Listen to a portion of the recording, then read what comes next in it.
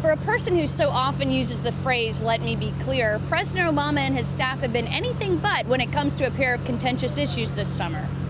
Most recently, the president used a Ramadan dinner at the White House to weigh in, or so it seemed, on the controversy surrounding the mosque being built a few blocks away from Ground Zero in Manhattan. Mr. Obama praised America's tradition of religious freedom and said the Muslim organizers have the constitutional right to build the community center and mosque, something that both sides saw as an endorsement of the project.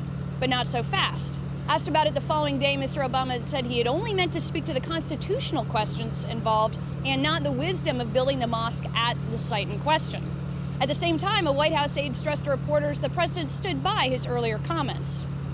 Of course, it's in the administration's interest to distance itself on the mosque controversy, which leaves the president caught between a public that opposes the project and the Muslim community in the U.S. and abroad that looks to Mr. Obama to stand up for its religious freedoms. And of course, then there's the slew of other politicians who have tied themselves in knots on the issue. That's not the first time Mr. Obama has been a bit unclear this summer.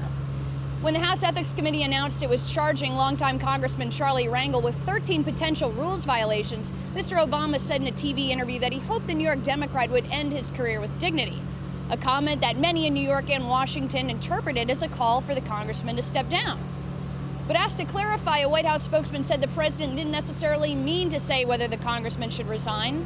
So what did he mean with the dignity comment? The spokesman said the remark was clear and spoke for itself.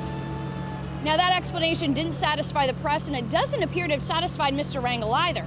Just this week, the congressman himself lashed out at Mr. Obama, saying he hasn't been around long enough to determine what his dignity is.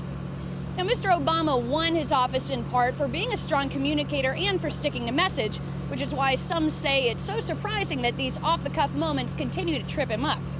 But it could be one reason the president doesn't seem so fond of the presidential press conference. From the White House, I'm Kara Rowland.